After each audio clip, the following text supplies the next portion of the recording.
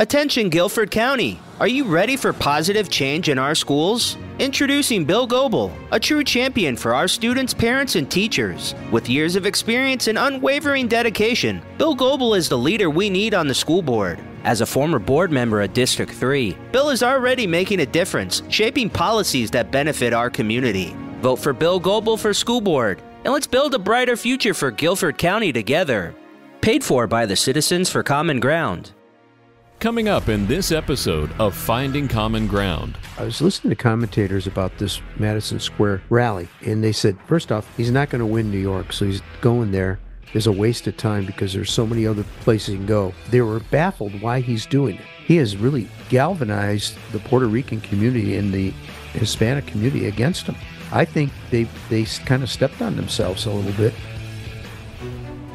There are two sides to every coin. How do we deal with racial issues when they affect relationships? Finding common ground on all those issues that we come against. There's black and there's white. And I think as Christians, we have to learn how to get together because we're not in heaven. I've met more interesting people just by God just bringing them in. Republicans and Democrats. But a lot of times, when it comes to race and it comes to culture and it comes to perception, even as Christians, we don't always understand. We look at it through our lenses. There's Bill. I grew up in a suburb of Cleveland called Parma. Any black people in Parma? There was not one. Not one black person, Not Bill? one. Come on, Not Bill. one. You got to have one. A Nope. token black person? A token? And there's Odell. I grew up in Charleston, South Carolina, public housing, single mom, divorced single mom of 4 kids. And I came up through segregation and all that kind of stuff. If a black person drove through the town, the police would stop them and escort them out. Bill and Odell are finding common ground. A part of what we have to do is listen to each other, find the common ground, and question, not questioning you like you're on a witness stand, but questioning you for a better understanding. Father God, we just come to you in the precious name of Jesus the Christ. God, we just want to say thank you for your grace and mercy. Thank you for allowing me to go home and see family this weekend. God, thank you for safe travels and just looking in people's eyes who I haven't seen in quite some time.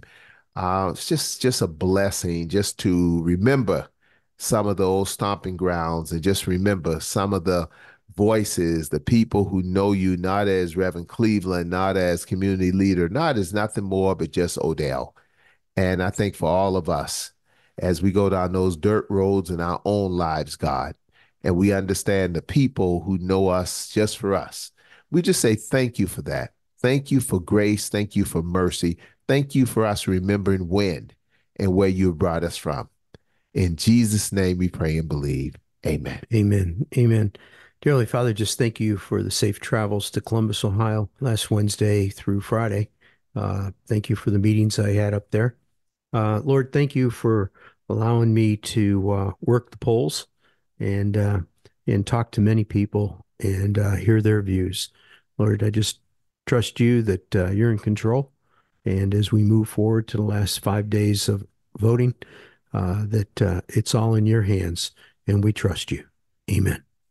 Goble, we're going to talk about the election. We're going to what talk election? about, There's some election going on? listen, from the national level to the state level, to the county level, to the city level, and even, my friend, to the school board of District 3. Yes, you heard it. Do you know anything about the school board race of District 3, Goble? I hear it's nasty. I hear that it's intimidating. I hear that folks getting up in folks' face. I hear that is off the chain going on out there. I don't know what's going on, Goble, with all that's going on. It's just about the kids. You got it. It's all about the kids. And Will, you're listening, so behave while you're driving. Don't go off the road. So go tell me, is no fist, nobody's throwing punches out there yet, right? Not that I'm aware of. I'm sure there's some shenanigans. I'm putting this in comparison. When I worked with NASCAR, at the end of the season, they called it the silly season. Okay. Because drivers would change. All right. Crews would change sponsors. All right. Crew chiefs would change companies. So it was silly season. Everybody was moving around and people were talking about each other. Oh, so and so, so and so, so and so. Well, we're in the silly season right now with the election. People stealing signs, people running signs over with cars, people just doing silly, silly, silly stuff. And you What's the got to, silliest thing you've seen out there, Bill? You've been out there how many days now? well, since it started, so I think 7 so far. Well, let's We talk got, about today. You got there when and you left when? I got there about 9-ish and I left about 6-ish. 9-ish, like 9 a.m. in the Yeah, morning, yeah, 6-ish, like 6 p.m. yeah. And yesterday I left at 7:30 because the polls closed. I was the last one there. And and then I worked Saturday. It was from 10 to 4, so I worked that.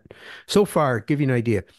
I'm working the parking lot of Oak Ridge Town Hall. Yes. It holds 40 spots for cars.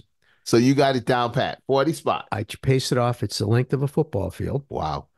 And each day, so far, I have logged almost 30 miles in that parking lot. Whoa, man, you gonna mess around and lose Yeah. weight like the good-looking slim trim I'll black tell you guy, what, man. I can have an extra beer right now. Okay, all right. So Goble, tell me what happened. So you're sitting there and people pulling up and you can't go but so close. I think it's a violation. I thought I heard you say to one person or a couple people, I could only go this far because if I cross this line, I'll get executed. And they're laughing and you're laughing. Do people feel that you're coming at them? And what do you say? What do you say to someone as soon as do you let them get out of their car first? How does it work? Give me all your money. Right. All right. Go ahead, sir. No, the first thing I do is tell them that if it's true, that there is no line. Okay. It's And no line. no line. And people like that because if there's a line, I got to tell them there's a line. But Okay. it's been pretty steady. Where I'm going, I think over 5,000 people have voted already. Wow. And so, I just tell them that, there's no line. And I said, I'd like to introduce myself. I'm Bill Goble. I'm running for school board. And they say, I know you. Some of them do. Some of them do. And some of them said, I got you, brother. And then they walk away and they probably vote for the other guy. But no, but there's been a lot of nice people. They've been talking to me. Some people want to talk a long time. Some people don't. Okay. Because they're in a hurry. They're doing their voting. They got to get back to lunch, whatever it is. And I'm very respectful of their time. If they want to talk, I will spend all the time they want talking, even if it means talking to some potential voters that are going by. I'm focused on that person. Like one guy talked to me for 20 minutes today. What do people talk about? What do they want to know? A lot of them want to know my position because I'm unaffiliated. Yes. Yeah. And they say, are you Democrat? Are you Republican? What are you? And I had to think about that for a little bit because, I've been involved with the Republican Party. I've been involved with the Democratic Party through my grandpa and when I worked for a congressman. So I started thinking, I said, if I wanted to be characterized as a politician, what would I want? Okay. So I started thinking about it, and I think it's a cross between two politicians.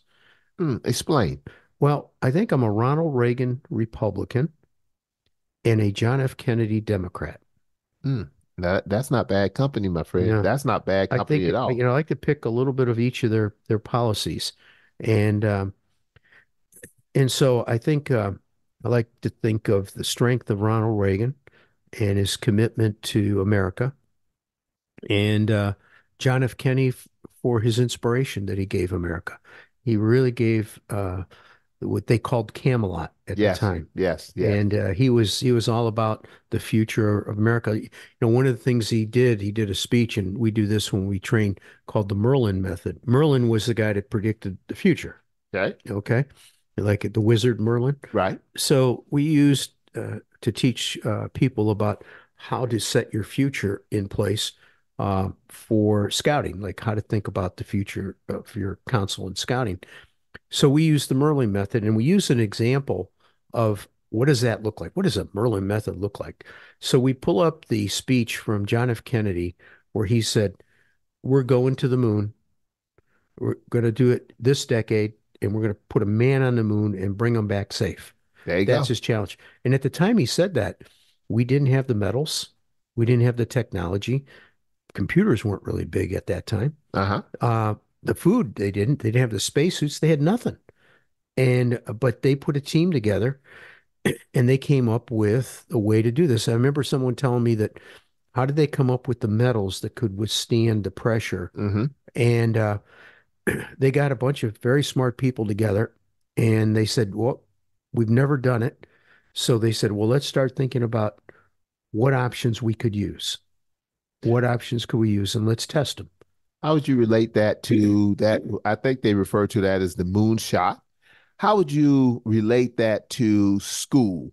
Public schools, we're sitting there dealing with public schools, we're dealing with charter schools. That is a hybrid type version of public schools, and people are upset, vouchers.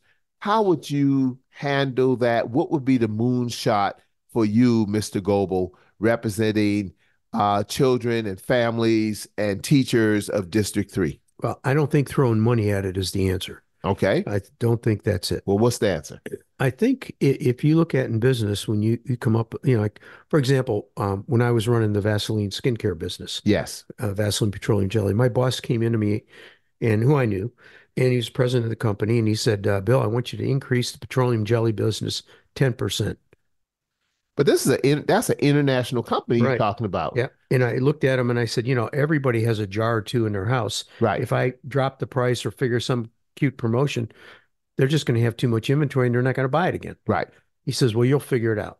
So we got together with a group, and the good thing about my Unilever Cheeseboro Ponds, we had a team. I was the head, but we had a finance guy, a product development guy, a creative guy, a market research person, a manufacturing guy, a purchasing person. And we had all these people. And so we got them in the room and we started saying, how can we improve this business 10%? It had never been improved for 10% for decades. And as a team, we came up with an idea that maybe we ought to talk to the consumers of heavy users of petroleum jelly and say, Okay. let's talk to the customer and see what they want. And so my market research guy said, okay, we're going to find where heavy users are Okay. of the product, and we're going to go and talk to them, do focus groups or, get a way for them to talk to us. And Right. most of the heavy users were women. And so I said, okay, just let me know. This was in 1982 or three. And How would you define a heavy user? What that means? Someone who purchased it a lot. And how would you all know who purchased it, or you would just know what stores the purchases were occurring? Well, there was a way our market research people would pay people to talk about. You could get the results of companies would sit down and how often you use gas. Okay, What kind of gas do you use? That makes sense. And, Okay. and we'd add petroleum jelly in there, and that we'd pay for that result, and we get an idea who they were. So he says, we're going to go down to this place, and there's a mall there, and they have a market research facility in the mall. Wow. And we're going to stop women and give them $100 to come in and talk to us. $100? $100. Cash? Yeah. Yeah. And if they would dump out their purse, that would even be better because we could see what's in there. Yeah. And so you know where the place was? Where? Greensboro, North Carolina. Greensboro, North Carolina was one of the heavy users, and you got women in Greensboro, North Carolina to dump out their purse for $100. You betcha. Okay. And that's too easy, Goble. I believe that one low. That's too easy. Go ahead. And so we started noticing that the women were taking little tubs, taking from the big jar and putting in the little tubs and carried it in their purse. They didn't want to carry a big jar around. Right. And so we asked them, what do you use that for? And they said, well, sometimes I nick myself, I do that, or, but most of them were using it for lip gloss. And we said, maybe we have a lip care product. So that was never used for lips before? No, we would do market research studies on usage. It was used for babies' rashes and other rashes and stuff. Lip care never came up. And plus, the company had never sold lip care products before and never sold a checkout before. So it wasn't even our radar for the company. So we talked to the women and we went back and we sat as a group. And so we decided to do what you do when you do that. You develop concept boards. It's basically pictures of the product with a description, maybe a price. Where would you find it in the store? How much would you pay for it? How often would you use it? were these women across the board, like rich women, poor women, working class women? Obviously, they were out the house to use lip balm, and I guess climate meant something too, Sure. Yeah. because if your lips get chapped. In addition to that, one of the techniques, you've done so many different things, Polaris, um, lean and mean, all this kind of stuff. How would you make 10% increase? That's what the challenge was. Right. So 10% efficiency with the school system. How much money would we be talking about saving or redirecting toward teachers' pay? Because I know you were real big on teachers' pay. You beat that. That's your drum. Yeah, they need to be paid more. Absolutely. And so do our maintenance people and cafeteria workers and custodians and bus drivers. And they say they don't have enough money in the budget to do it. So if you could squeeze some money out of some things, because like Well, any big budget, it has opportunities. Well, it's just like anything else. When we came out with the Vaseline lip therapy, we tested it before we rolled it out nationally. And like you said, we tested it in Canada Yeah. to see, and it failed, miserably failed. And we had to reinvent it. We finally figured out the form right. So I think what we ought to sit down and do is, what does a school of the future for the next 100 years look like? And then sit down with the people a lot smarter than me and talk about that. What do we want to teach our kids? What kind of things do we want them to take away? What would a graduation student look like from the standpoint of education? And then let's come up with that model and let's go test it. Let's go test it someplace. Let the state fund the testing in a school system and, maybe test it in 2 or 3 markets and see if it works. A rural market may be different than a urban market.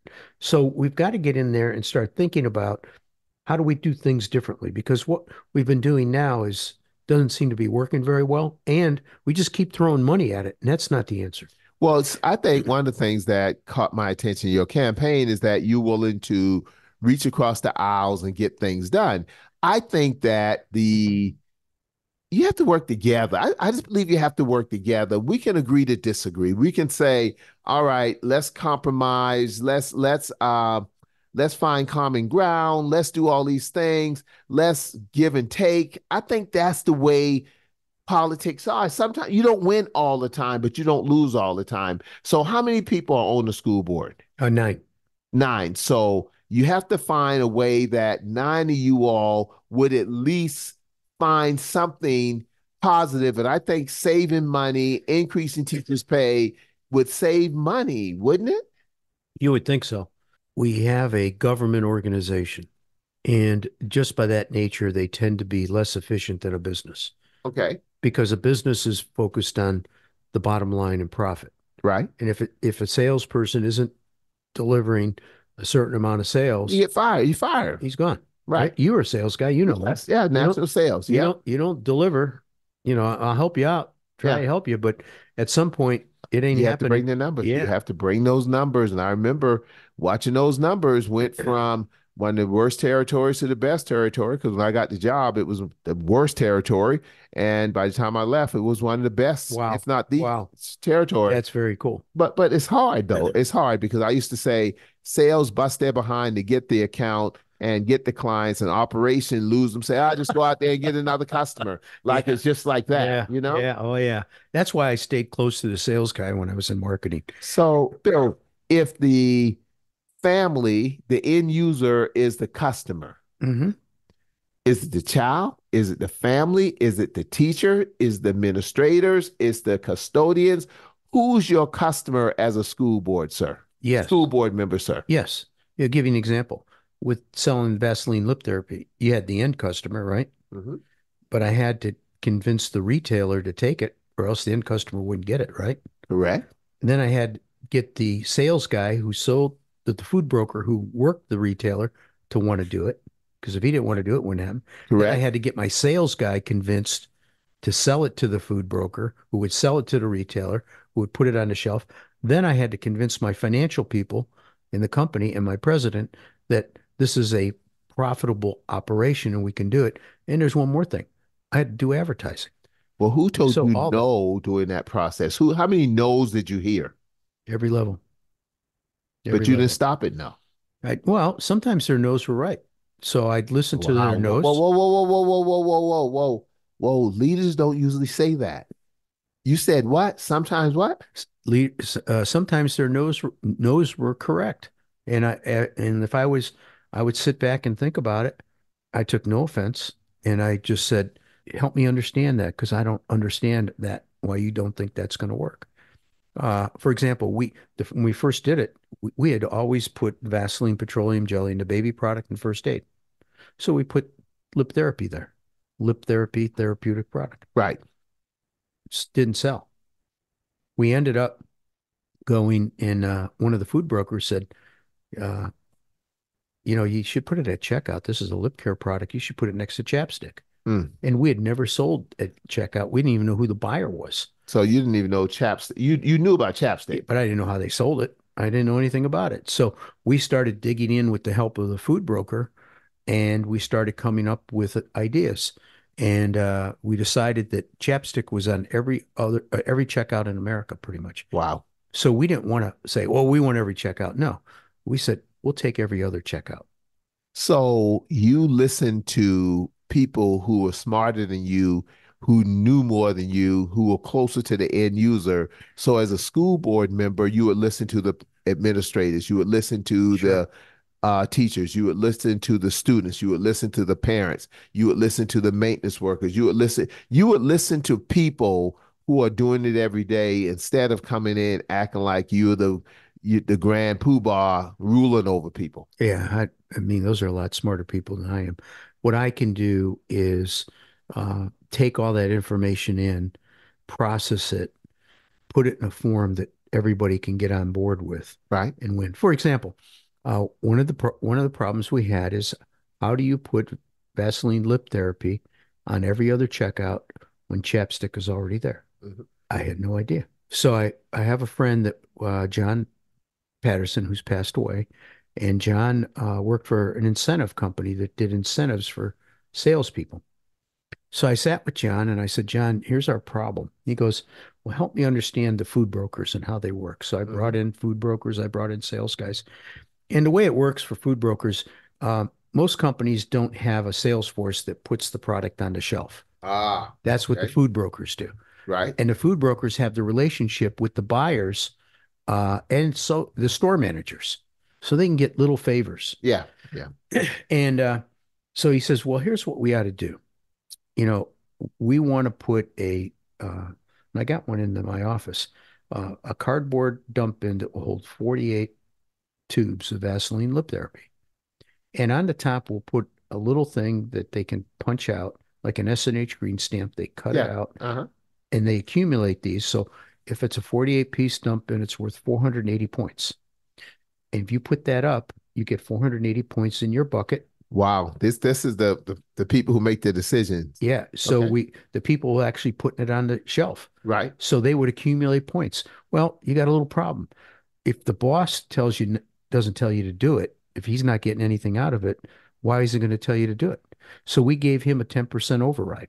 Wow. Then we found out, let's give the owner of the company a 10% override of his whole company. So everybody was incented all the way through, including our salespeople. So it cost me $1 million for that thing. It was called Lips Across America. It took us from basically very little sales Mhm. to beyond 10%. And we became the number one selling health and beauty aid item in units in the country, outselling Crest and Tylenol in units. And Wow. everybody was talking about it. In fact, you'd go into Walmart, the first thing the buyer would say, let's talk about lip therapy. How can we keep this going? Wow. Yeah. And Wow. so, and that wasn't my idea. That was somebody else's idea. Well, but you brought them to the table and you had the Sure. conversation because you'd be surprised as you talk about schools and public schools, some of the great ideas if you allow people to have a voice. I think that's a big deal. So if you allow the teachers, especially those who are committed, not that all are not, but those who are there, the younger, the older ones, the middle-aged ones, that come take the experience You have AI right now. It's a lot going Oh on my in the goodness. school system, and AI is thinking, AI is just learning. AI is kind of like a elementary student. What's going to happen? But is smart, is advancing, is doing things. And now I saw on news the other day, and this doesn't have anything to do with you, but it does, where it says a young lady is suing, I think, Chat GPT because AI told and interacted with her son and told him almost to commit suicide, and he did. Holy cow, I didn't know about that. Yeah, it was Oh my on national goodness. news. That's So it's horrible. so much going Yeah. on, and school board, you are responsible for how much money? What's your budget $1 billion. with a B? Yeah. It's interesting. I was at my Focus CFO all hands meeting, and one of the discussions, the breakouts, was how do you use AI as a fractional CFO? Mm, And I was kind of curious. I've used it a little bit. It's worked pretty good for me on some things. I was listening to the people, how they were using it, and it's just starting. And these are older guys like me, so uh-huh. they're not young kids. And so one guy would say, I'm on my way to a potential new client. They basically take structural steel, the girders and all that, and they weld them together and they build the steel structure. Okay. And it's called structural steel. That's what they do. Uh-huh. He didn't know anything about that business. So on the drive over, he got AI and he says, tell me everything about structural steel companies, their profit margins, how big are they? What's the largest? What's the smallest? What's the average sales? What kind of margins do they get? And this AI just in seconds gave it to him. Mm. Another guy said, well, I got a contract that I was supposed to go through for one of my clients, and I'm not a lawyer, but I was looking for some specific things in the contract. So I could load in the contract and I Mhm. said, AI, pick out for me all the real estate items and summarize it for me. 40 seconds later, he got it done. Mm. He said it would have taken me hours to figure if I would have gotten it. He said, now I went back and double checked. They didn't miss anything and they didn't. Is using AI from your perspective cheating? No. And we talked about that. Kids are using it for term papers. And if you reference it, I got it from AI, it's not cheating. If you say it's your own, you got a problem. Got it. Got it. So let me switch the station a little bit. Our good buddy Mark Robinson is his campaign is really struggling, very much so, having all kind of problems. Um, what I saw the other day where he was over in High Point with this pastor, I won't call his name, over in High Point, had Lieutenant Mark Robinson over, and afterwards the pastor started to get some fallout from some of his members on, why did you have him here and everything. And the pastor made one point. He said he was, he said he was challenging the social political leaders of his day.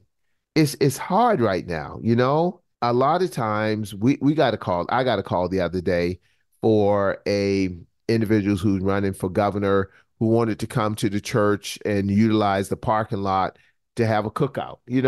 So churches, we're getting all kind of calls to do a lot of different things, and we don't believe in endorsing a candidate, but we do what we do. I was in a meeting earlier this week and made some suggestions to make sure that the majority of Black men in there, a couple hundred, would vote, get out the vote, make sure everybody in their family voted, because it's been a lot of narratives around Black men voting, who they're going to vote for, who they're not going to vote for. And, the other day, the Trump rally at Madison Square Garden, you had a comedian end up talking about that Puerto Rico like a floating island of garbage, talking about Puerto Ricans. And it wasn't funny, but he thought it was funny. And, when they asked President Trump about former President Trump, he said, hey, the MSG rally was a love fest and he won't apologize for racist jokes. Then you had Kamala Harris, Vice President Harris, and at the ellipse, talking about how Trump is unstable, how he's obsessed with revenge, and all this kind of stuff. And then you had Dr. Phil. Dr. Phil got up and kind of threw some shade toward the vice president, about DEI. And, if she wasn't black, she wouldn't have gotten it. That was a nod. He didn't say that, but that was a nod. So, Bill, what do you think about people throwing out the red meat, exciting their base, and everything else? I mentioned earlier, we're in the silly season, and Good point. people are going to say crazy things. I think the comment about Puerto Rico was first off, they vetted that guy, and if you look at his social media and his Twitter post, that guy is what it came across as. So he wasn't holding any punches. So you said, hey, That's what you so got. so Puerto Rico, or he sat around and carved watermelons with his black buddies, Yeah, or Palestinians or rock throwers. So what were you getting ready to say? You said this guy, they picked this guy for a reason. you got it. You got it. And I think I was listening to commentators about this Madison Square rally, and they said, first off, he's not going to win New York, so he's going there is a waste of time because there's so many other places he can go. So they were baffled why he's doing it. And when they came across is what happened, he has really galvanized the Puerto Rican community and the Hispanic community against him. I mean, it's becoming a huge wave. I was listening to Nevada was a close race. Yes. There's a ton of Hispanics out there working in Vegas and in Nevada, in Arizona. I mean, and here in North Carolina. So I think they kind of stepped on themselves a little bit, and I think it's going to backfire. Well, we would say one would shoot themselves in the foot, because when you start talking about, you had somebody up there and you're courting black men's vote, and you start talking about him and his friends carved watermelons, for him and his black buddies carved watermelons, when someone would think about carving jack-o'-lanterns or pumpkins. So it's a lot, and I agree. It's like, why would you step on your message? Why would you shoot yourself in the foot unless you wanted to throw that red meat out there to excite your base? Yeah. And Latinos might not be your base. Don't know. Well, where I go to the voting booth, I'm not going to say there weren't a lot of Latinos. There weren't a lot of blacks. And that kind of surprised me. Why did it surprise you? I hadn't even thought about it until I noticed it. Mm. And part of the noticing it is part of the, when I took a class for other voices that talks about your lenses changing, you see things differently. Mm-hmm. Also, Dory and I are taking a class at our church called The Racial Divide of the Churches. Wow. And it's enlightening to see what you don't see. Why do you think you all would even want to expose yourself to that part of church? Because a lot of churches, people see what they see. And the pastor doesn't preach what they want him or her to preach. They go to another church. And so why would you all open yourself up to that? Well, I'd like to tell you that it's because we're very advanced in thinking, but Dory told me to go. It's interesting, though. You said something. Dr. Phil got up there and talked about DEI, right? And he talked about a little bit about, he didn't say it, but kind of threw or insinuated, that's the word I want to say, that the only reason why Vice President Harris got selected was she was black. She was a black woman. The last time I checked, I think Dr. Phil was introduced to the national stage by a black woman by the name of Oprah Winfrey. I think, I might be wrong, but I think it was because of Oprah, Dr. Phil, we knew Dr. Phil. Yeah. And at the time, Dr. Phil didn't have any problems with black women when Oprah brought his behind to the stage and gave him all the platform on how great he was and gave him an opportunity.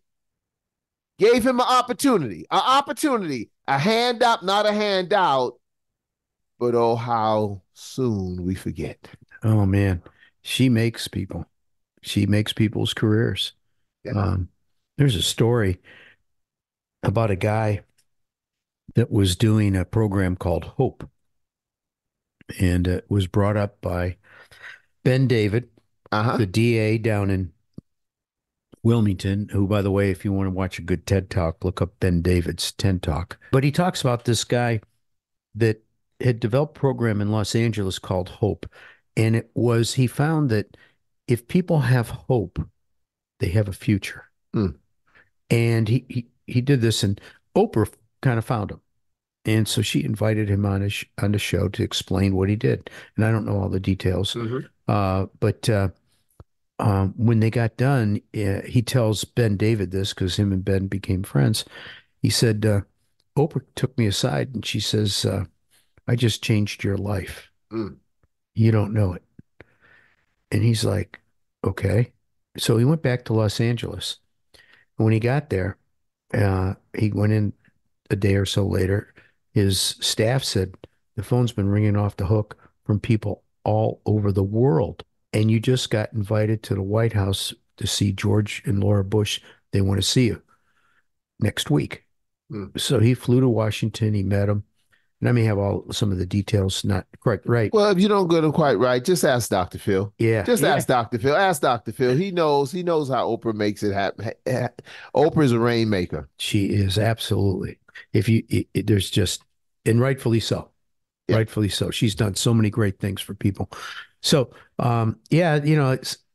it's always interesting when someone does that to you. I kind of had that happen when I was on the school board. Explain. Well, people that I thought would stand up and stand alongside me didn't.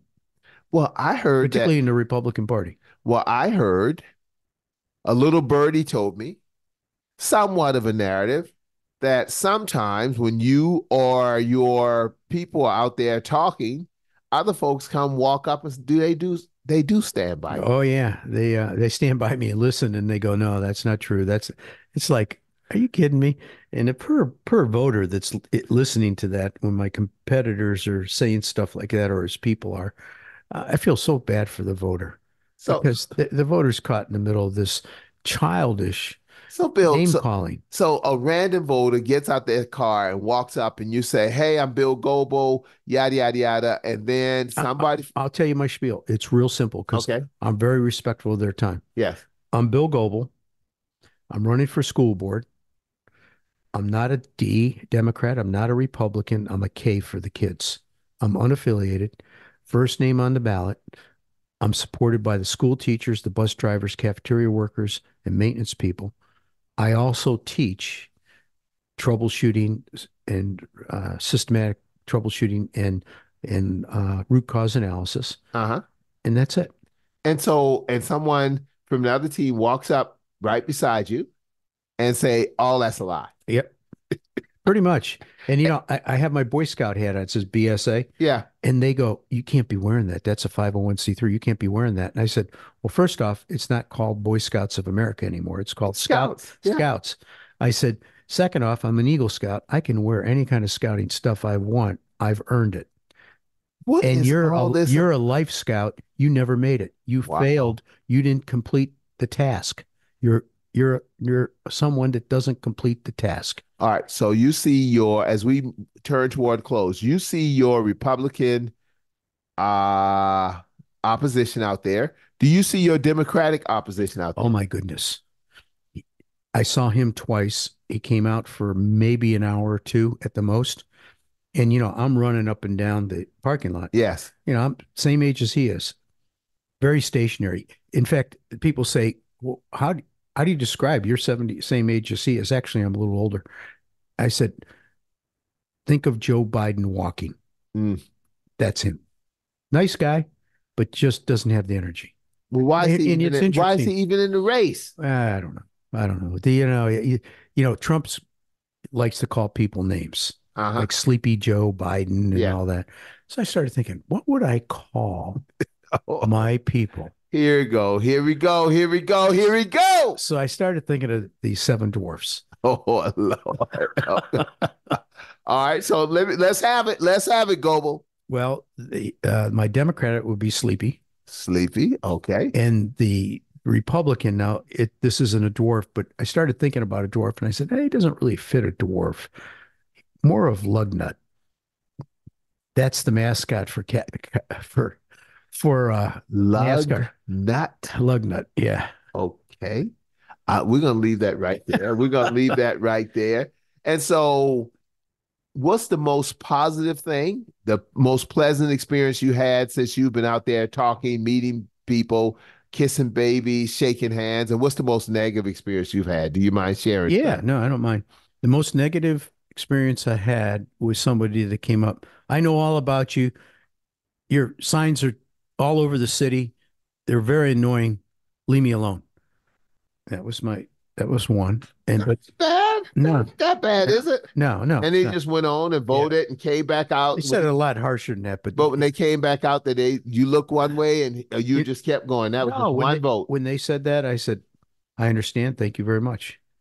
Um, and then the most rewarding was a family that had four people in the car. Wow. They all stopped and talked to me, and I was standing there with my competitors, and they came out and they said, all four of us voted for you. You're the Wow. man. And I'm like, oh, that's so good, but I don't want to even What jump on. you didn't say a word. No, Has the numbers been turned in on how much each campaign raised, or when is that deadline? it's the 28th, so I think it's today. Is today the 28th? I think so. Yeah, it's due today. We turned in, we did ours over the weekend. We finished up. We're at over $62,000 we raised. Yeah, Congratulations. with cash and gifts in kind. Wow, Yeah. congratulations. Yeah, I think that's probably double what both people combined, my competitors combined. So last time I checked, the Democrat, when he turned in, I think he was like 5 or 6,000, and the Republican had maybe 11. Mm, I suspect they got more because my Republican guy has a billboard and that cost 2,500. right. So he had, someplace, and then he's done two direct mail pieces, and each direct mail piece cost about $1. So Dory's gotten it twice. All right. Yeah, I'm going to take it with me and see if I'll get him to autograph it. Well, you think when this is all said and done and you win the race, the Guilford County GOP will, with open arms, invite you back into the fold? Oh, they're going to invite me back so big. I bet you that they'll throw a party, and it will probably be at Chris Meadows' house. I thought you were getting ready to say be Christopher's or Roof Chris. So be Christopher's, Roof Chris, but nope, you didn't say that. No, Chris Meadows. You didn't say that. You said my buddy Chris Meadows' Yeah, house. yeah. He'll invite me over, and we'll have a big party. Well, you get to swim in the pool, my friend. Yeah. Oh, he has a pool? I didn't know he had a pool. Oh, I don't know if he has a pool. I didn't Chris, if say you that. got a pool, I'm coming. Come on, I'm man. coming. Leave my buddy alone. Leave my buddy alone. Chris, when you see me in a bathing suit, you will be so jealous. Oh Lord, don't go there. So Goble, so what's the strategy to finish strong? Here we go. We have how many days left? 5 days. How many days of early voting? 4. And one day of hey, lights, camera, action. 6:30 to 7:30 that day. Wow. Yeah, I'll be there. I'll be there.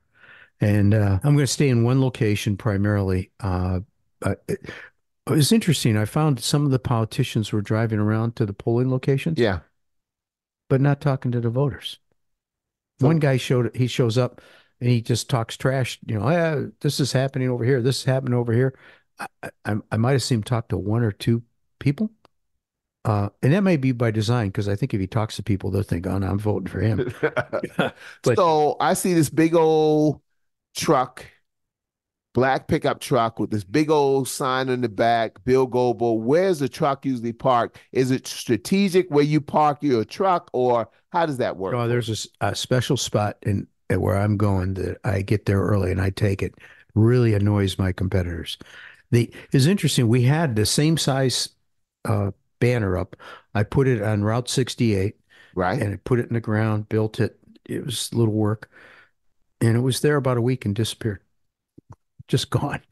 The whole banner's gone. I mean, there were 2x4s pounded into the ground. I mean, it was set up and gone. Dory called me when I was in Columbus. She says, your sign's gone. I said, well, somebody decided they wanted it. So I went out and looked, and I thought somebody stole it, but I don't think that's what happened. I think what happened is the grass was cut.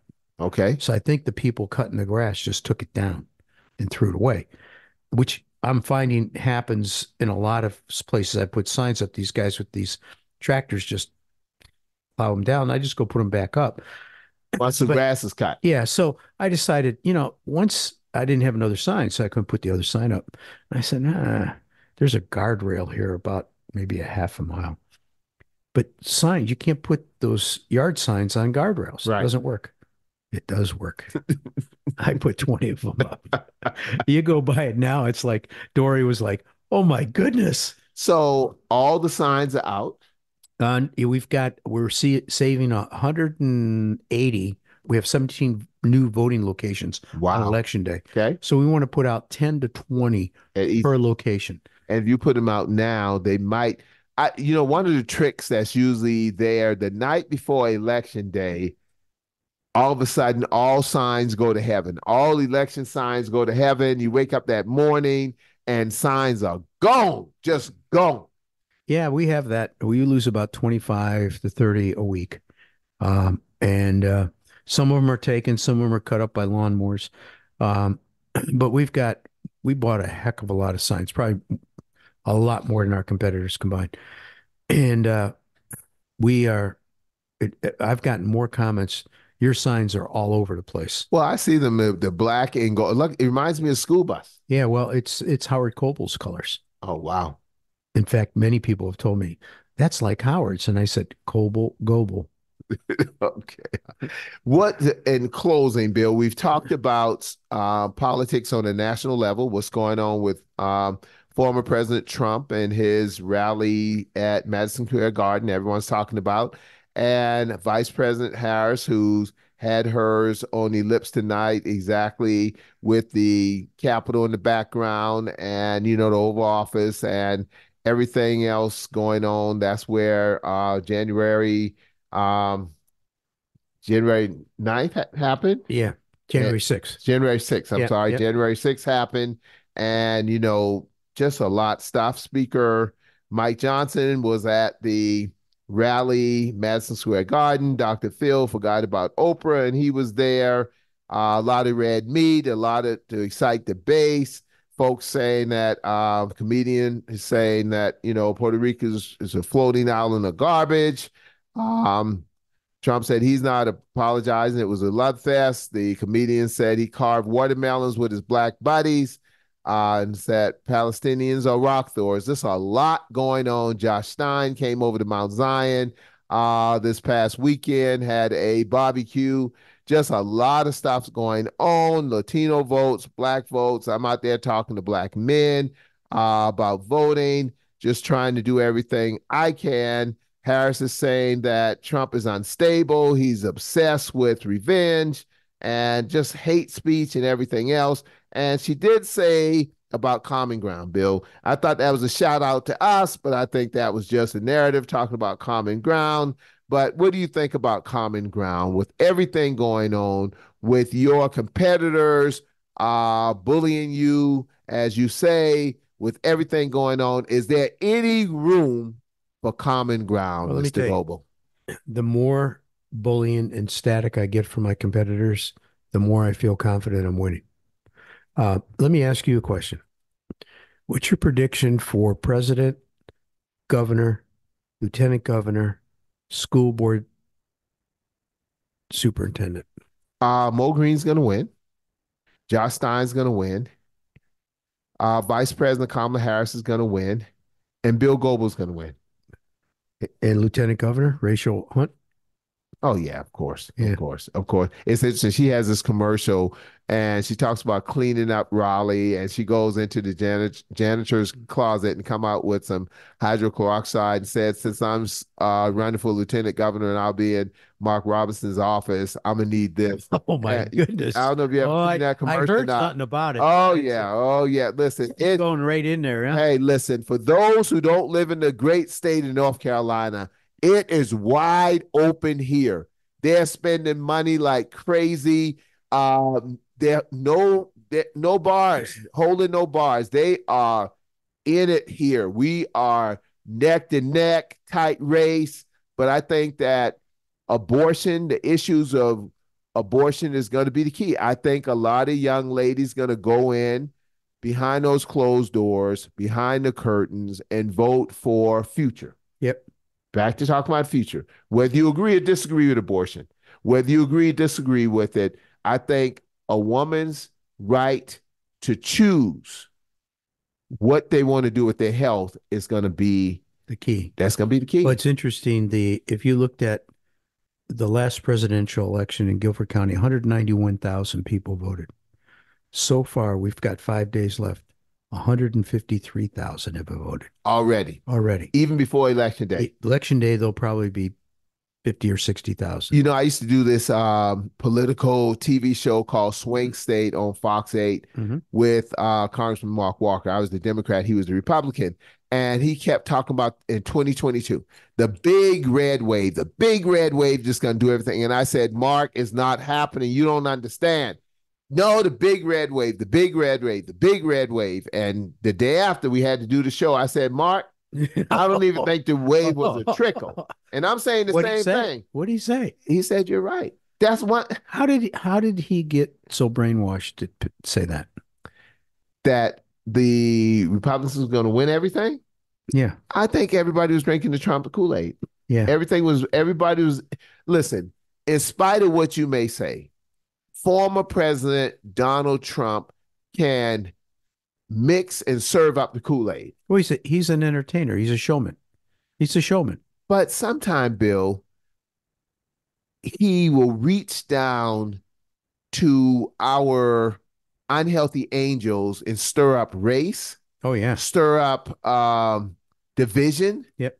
He will stir up things. And I got into Why do you think he does that? That's why I was getting ready to go. I got into a conversation once with a guest on our show. It was the gentleman whose dad was a Ku Klux Klanman. And I said to him, I don't believe former President Donald Trump is a racist. I think former President Donald Trump is an opportunist. And you remember the guy's name?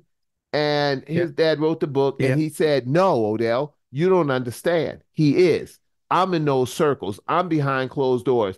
I hear what's being said about Black people like you behind closed doors. Why do you think, Bill? Why do you think, Odell? Why do you think, listening audience, that behind closed doors, you laugh at a racist joke?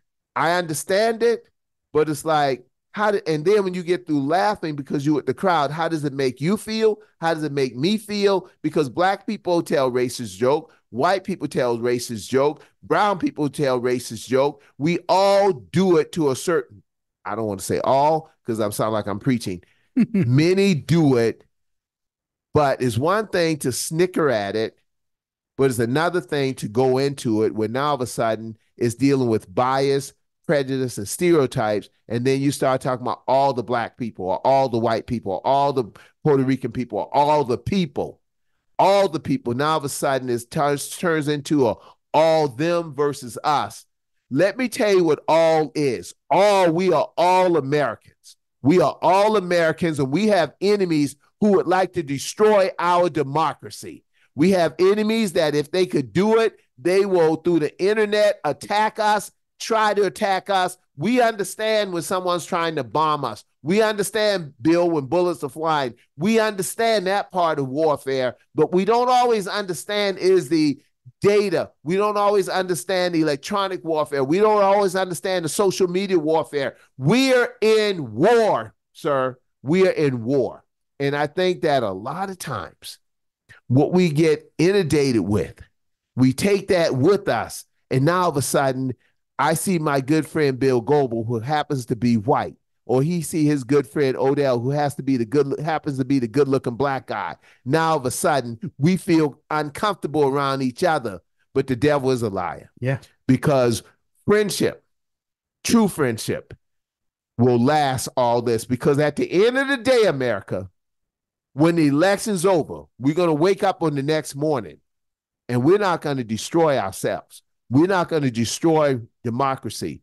We're going to embrace democracy, and we're going to work it out. We're going to be all right, but we have work to do. We have work to do. Last words, my friend. No, I don't think I need to say anything. You just said it all. It's absolutely dead on. I think he does some of those extreme things to take the attention off what he really is. Enough said. Bill, last words. What are you? For the voters in District 3, Who is Bill Goble? Will the real Bill Goble stand up? I'm a human being that cares about kids. Amen. Find Bill and Odell online at thecommonground.show. This podcast is a production of BG Ad Group. Darren Sutherland, executive producer. Doug Harding, creative director. Jacob Sutherland, director. Producers Jason Gentarola and Matt Golden. And Jinrei Zhang, video producer. All rights reserved.